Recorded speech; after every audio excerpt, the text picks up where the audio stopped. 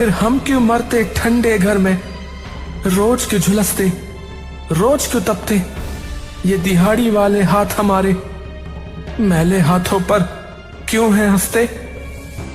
कब देखोगे, कब सुनोगे, हमको तुम कब चुनोगे।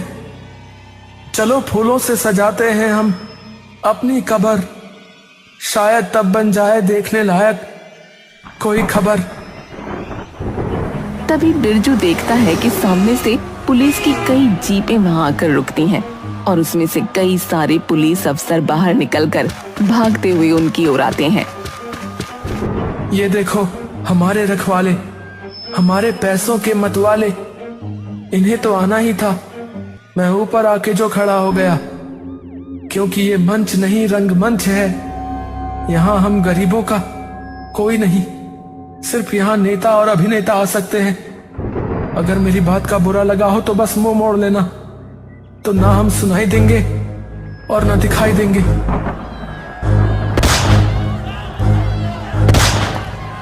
पुलिस तभी मंच पर आकर बिरजू को धक्के मार के नीचे उतार देती है और उसे हथकड़ी पहनाकर उसे बाकी मजदूरों के साथ जीप में बैठा देती है।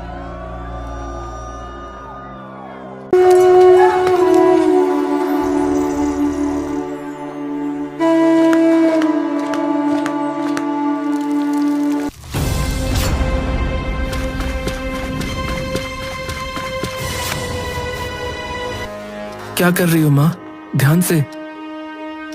माँ हल्की सी मुस्काती है। बापू नहीं आए? मजदूरी का काम मिला है एक जगह, तो थोड़ी देर से आएंगे। आज कितनी हुई? 3 ही हो पाई। अब कोई नहीं, तुम खा लो आज, मेरा वैसे भी मन नहीं है। पर तुम खाओ, मैं कह रहा हूं ना, कल भी ऐसे ही सो गई थी। लल्लन दिन भर की झुलसती गर्मी में मजबूरी की मजदूरी से टूटता हुआ बदन लेकर घर वापस आ रहा होता है।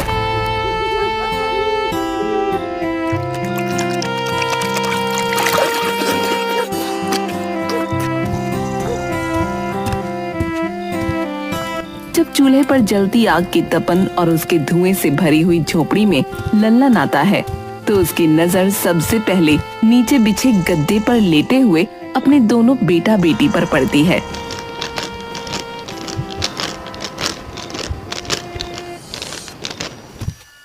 लल्लन जाकर चूल्हे पर एक छोटे से पतीले में सब्जी बनाती हुई अपनी पत्नी के पास बैठ जाता है।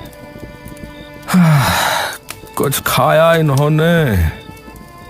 खा लिया था। और तूने? मैंने आज सुबह खा ली थी, आप खा लो। अब तू खा ले, कोई नहीं, मैं सुबह खा लूंगा। पूरे दिन की मजदूरी करके आए हो आप खाओ। अपने माँ बाप की इस बहस को बिरजू अपनी छोटी बहन को पंखा करते वक्त सुन रहा था। वो पंखा नीचे रखता है और अपनी बहन की ओर देखता है। उसकी बहन सो चुकी होती है। गंदगी में गुजारा ढूंढता मन, रोड़ी बदरपुर पत्थर में टूटता तन। मेरी एक ऐसी अदृश्य दुनिया जिसमें सौदे सेकती अगन, इसकी न कोई अपनी रोशनी और इसका न कोई अपना गगन।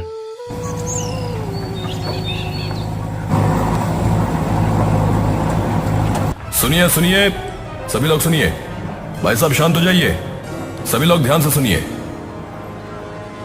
अरे क्या हो गया भैया? अरे ये सांप क्यों है? अरे पुलिस भी आई है भैया। अरे क्या हो गया भाई? अरे क्या हुआ भैया? देखिए, मैं सरकारी अफसर हूं और आपके इलाके में सरकार की तरफ से एक आवश्यक सूचना देने आया हूं। सरकार ने फैसला लिया है कि इस बस्ती की झुग्गी झोपड़ियों को हटाया जाएगा, लेकिन डरने की जरूरत नहीं है, किसी को भी बेघर नहीं किया जाएगा। आप सभी को सरकार की योजना के तहत पक्के मकान दिए जाएंगे। ये मकान आपके नाम पर होंगे और हमेशा के लिए आपके होंगे। इसके लिए आपके सभी दस्तावेज और जानकारी ली जाएगी। आप सभी से निवेदन है कि सरकार का सहयोग करें, समय पर अपने दस्तावेज जमा करें और कोई अफवाहों पर ध्यान न दें और किसी भी तरह की अफवाहों पर ध्यान न दें। हम आपके साथ हैं, आपका भला ही हमारा मकसद है। फिलहाल के लिए आप लोगों के रहने का बंदोबस्त यहीं पास के गांव में किया गया है, तो आपका जो भी जरूरी सामान है कृपया उसे अपने साथ ले लें और यह इलाका खाली कर दें। बिरजू का पूरा परिवार ये सब देख रहा होता है और ये सब सुनकर उसका दिमाग मानो एकदम से कई भावों से गुजर जाता है। बिरजू खड़ा खड़ा अपने पिता की तरफ बिना एक भी आंख हिलाए देखता है। बापू, अरे क्या हुआ रे बेटा? मेरी तो कुछ समझ में ही नहीं आ रहा है रे। हम भला ऐसे कैसे चले जाएं? सरकार का ऑर्डर है बापू, जाना तो पड़ेगा। अरे पर यहाँ रहते हैं हम लोग, यहाँ से कहाँ जाएंगे रे? हम तो सालों से यहीं रह रहे हैं। अब एकदम से ये लोग आके कह रहे हैं कि अपनी पूरी जिंदगी उठाओ और जाओ यहाँ से। अरे ऐसे कैसे जाए रे? कोई नहीं बापू, आप आओ, उठो पहले। माँ, तुम सामान बांधना शुरू करो, थोड़ी देर में ही निकलना होगा। और तेरी और पिंकी की पढ़ाई का क्या होगा रे? उसका मैं अपने आप देख लूंगा बापू, आप शांत हो जाओ। अरे पर ये क्या?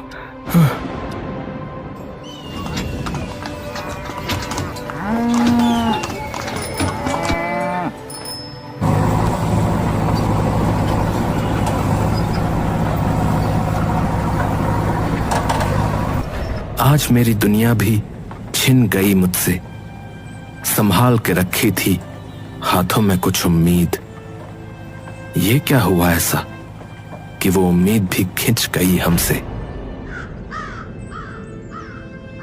यहां हर कोई देखो दुआ में हाथ जोड़कर बैठा है, पर खाली पेट की शायद दुआ भी कमजोर है। शायद तभी ये रकीब हमसे मुंह मोड़ कर बैठा है। सभी लोग सरकार के दिए गए नए इलाके में पहुंचते हैं, जहां कट्टों से बने कुछ छोटे टेंट लगे होते हैं। ये देखते ही लल्लन एकदम से अपना माथा पकड़ लेता है। हे राम, अरे ये कहाँ पटक के मारा है सरकार ने हमें। बिरजू अपने पिता के कंधे पर हाथ रखकर उन्हें संभालने की कोशिश करता है। लल्लन को यूं बिखरते देख सुनीता और पिंकी भी खुद को संभाल नहीं पा रही थीं।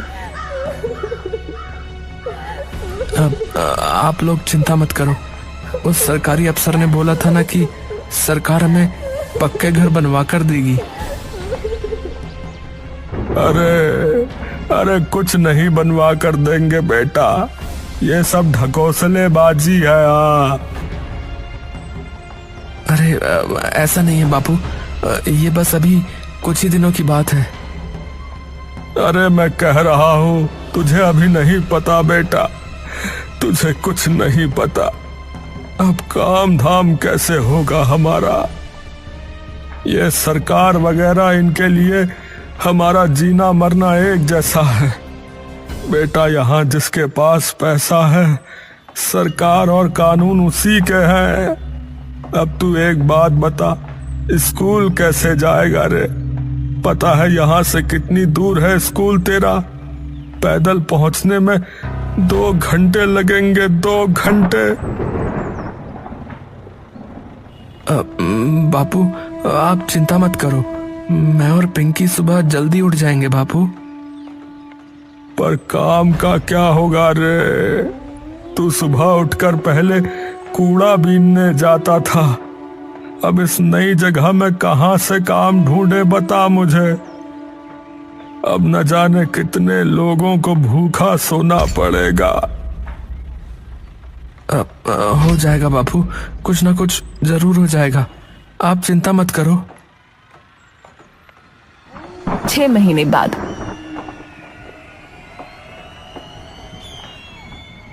भुखमरी के कारण मानो हर घर के आदमी का चेहरा पीला पड़ चुका था और शरीर दुर्बल हो चुका था। पिंकी चलो, टाइम हो रहा है। पिंकी उसकी तरफ देखती है कि तभी माँ वहाँ आ जाती है। सुन बेटा। हाँ माँ। वहाँ हो सके तो कोई काम देख ले, मैं भी आज कुछ साफ सफाई का काम पूछने जा रही हूँ, क्या पता कहीं बात बन ही जाए। माँ तुम क्यों ये सब? बेटा अब इन सब बातों का वक्त नहीं है बेटे। तेरे बापू की तबीयत खराब होती जा रही है, सारे कंबल रजाई फट चुके हैं, जरा सी भी ठंड नहीं रुकती। 3 दिन हो गए हैं कुछ खाए, बस जिद पकड़ कर बैठे हैं, काम ढूंढना है। इस हालत में तो इनसे चला भी नहीं जाएगा, डॉक्टर के पास लेके जाना पड़ेगा इन्हें जल्दी। ठीक है माँ, तुम चिंता मत करो, मैं देखता हूँ।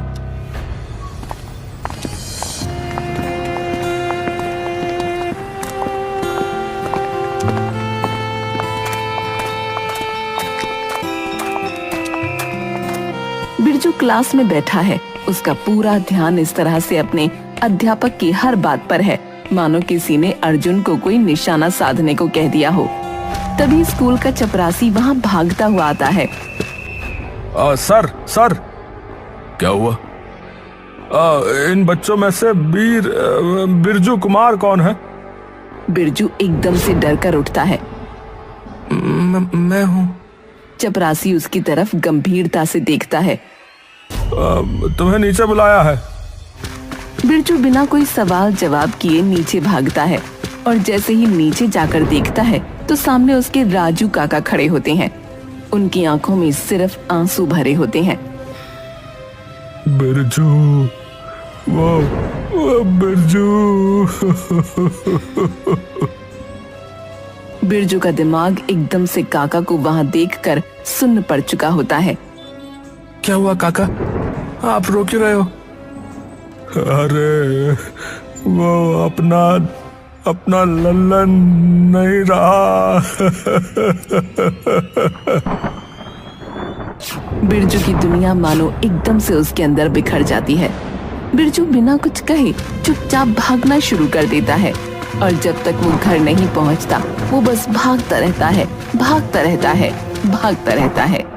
घर जैसे ही वो पहुंचता है वो देखता है कि उसके घर के बाहर भीड़ इकट्ठा हो चुकी है। चलो चले तुम्हारे यौवन में, शायद तुम हंसते मिल जाओ, या चले जाएं अपने बचपन में, तुम फिर तपते मिल जाओ।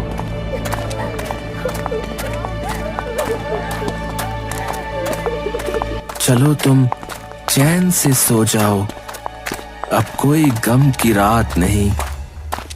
जो तुम मुझ में भर भर कर हो तो फिर डरने की बात नहीं।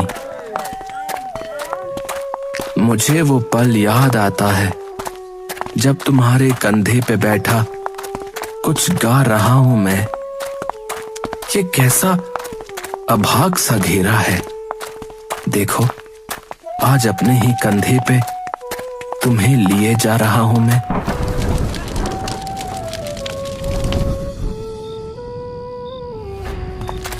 बिरजू अपने पिता के दाह संस्कार को करके वापस घर आ जाता है।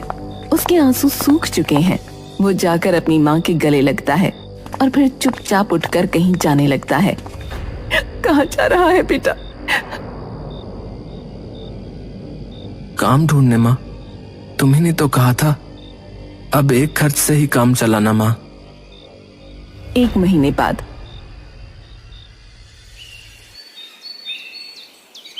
बिरजू अपने सर पर ईंट ढो रहा था और एक जगह जाकर उन ईंटों को जमा कर रहा था। उसके सामने एक बड़ी सी हवेली है। बिरजू ये देखकर एकदम से विचलित हो जाता है और वहीं खड़े उसके राजू काका से पूछता है।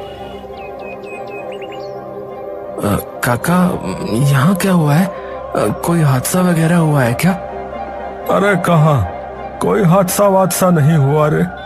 तुझे तो पता है उस बंगले में कोई जाना माना गायक रहता है, उसका जन्मदिन है आज, बस तो सुबह से जो है उसी का रोला मचा पड़ा है। अरे इनकी बड़ी बात भी जो है ना वो बड़ी बात है बिरजू। हाँ, पर हमें क्या, हमें तो दिन की दिहाड़ी ही मिल जाए वो भी बहुत है बेटा। बिरजू चुपचाप खड़ा उस हवेली और उसके नीचे खड़े सभी पत्रकारों को देखता रहता है। उसके दिमाग में उसी दिन की तस्वीरें मानो चीख चीख कर गूंज रही होती हैं। उसके बाप की सफेद कफन में लिपटी लाश जमीन पर पड़ी है। वो अपने बाप को कंधे पर लिए जा रहा है। बिरजू चुपचाप फिर से ईंटें उठाने में जुट जाता है। बिरजू घर पर बैठा हुआ पिंकी को किताबों से कुछ पढ़ा रहा है कि तभी बाहर कुछ आवाजें आने लगती हैं। बिरजू और उसकी माँ बाहर आकर देखते हैं। बाहर कुछ गाड़ियां खड़ी हैं। उनमें से कुछ लोग किसी नेता का पोस्टर लिए खड़े हैं। तभी उनमें से एक इंसान बोलता है, सुनिए, कल नेताजी आएंगे आप सभी लोगों से मिलने पास के झेलम मैदान में। तो जो है कल दोपहर 12 बजे पहुंचिएगा और वोट दीजिएगा सिर्फ हमारी तौलिया पार्टी को। जी हाँ, तौलिया पार्टी। हरामजादे, लोग यहाँ पिछले 7 महीने से भूखे प्यासे मर रहे हैं, तब कोई नहीं आया, और जब वोट चाहिए तो तभी आ गए। लोग मर रहे हैं यहाँ, इन्हें तो बस अपनी पड़ी है। बिरजू चुपचाप ये बातें सुनता जाता है और इन बातों को सुनकर मानो उसका गुस्सा पूरी तरह से धधक उठता है।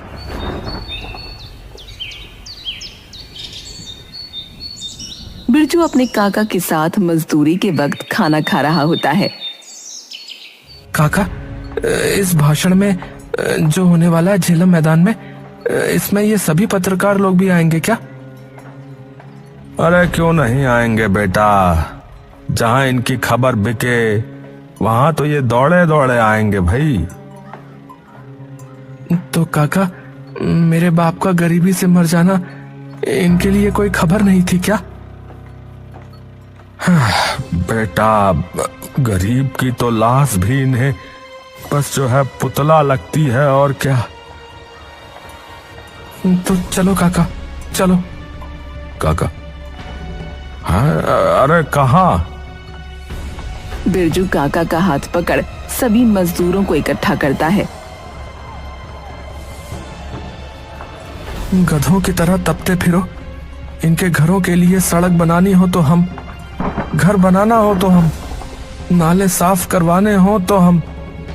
तो भाइयों एक बात बताओ, क्या हमें हक नहीं है इनसे कुछ मांगने का? हम लगे रहें और ये हमें हमारी दिहाड़ी भी ठीक से ना दे। हम मरे जिए इन्हें कोई फर्क भी ना पड़े। क्यों भाई, हमने ठेका ले रखा है इनके सपनों का। जब ये हमारी जरूरतें नहीं देख पाते, भले ही मजदूर हैं पर फावड़े सरिये हमारे भी हाथ में है। तो इन्हें आज अपनी आवाज तो सुनाएंगे, इन्हें अपने अंदर की चीखें सुनाएंगे, इन्हें दिखाएंगे कि रोज तपते इस शरीर में अब कितनी तपन भर चुकी है। तो क्या बोलोगे आप लोग भी? बताओगे हमारा दर्द? सभी मजदूर जोर जोर से चीखकर उसके समर्थन में आ जाते हैं। सभी मजदूर नेता के भाषण में घुस आते हैं और मंच की तरफ जाने लगते हैं। किसी के हाथ में कुल्हाड़ी तो किसी के हाथ में हथौड़ा तो किसी के हाथ में फावड़ा। हथौड़ा लिए बिरजू सबसे आगे चल रहा था। तभी पार्टी का एक कार्यकर्ता आकर उसे रोकने लगता है। अरे अरे पीछे चलो, चलो। यहाँ कहाँ चले आ रहे हो? चलो भैया, भैया पीछे पीछे। ये देखकर पूरी भीड़ में हाहाकार मच जाता है। सारे कैमरे उसकी तरफ मुड़ जाते हैं। नेता ऊपर खड़ा डर से कांपने लगता है। सभी कार्यकर्ता वहां से डरकर भाग जाते हैं। बिरजू मंच पर आता है और नेता को धक्का मारकर साइड कर देता है और माइक अपने हाथ में लेता है। क्या हो गया? क्यों इतना हाहाकार? क्योंकि नेता को धक्का मार दिया इसलिए? मेरा बाप पिछले महीने मरा, किसी को पता है? नहीं पता होगा, क्योंकि लोग तो रोज ही मरते रहते हैं। पर फिर कल उस गायक के जन्मदिन पर गए हुए थे, बताओ। चलो, मेरे बाप की मौत या ये जितने भी मजदूर हथौड़ा फावड़ा लिए खड़े, इनकी परेशानी कभी सुनी? पर आज तो खबर बन ही गई होगी, है ना? 7 महीने पहले हमसे हमारे घर छीन लिए, ये कहकर कि 2 महीनों में पक्का मकान बना देंगे। 7 महीने हो गए, वहां तो किसी ने आकर भी नहीं झांका। वहां ना पानी की सुविधा है ना खाने की। जब भी माँ ने या बापू ने मुझसे कहा कि बेटा ये दिक्कत है या वो हो जाएगा, तब मैंने हमेशा एक ही बात कही, कोई नहीं, आप चिंता मत करो। जिस दिन मेरा बाप गया उस दिन मेरी माँ ने कहा तो कोई काम ढूंढ ले, तेरे बापू से ना हो पा रहा। मैंने कहा ठीक है माँ, तू चिंता मत कर। सबको यही बोलता पर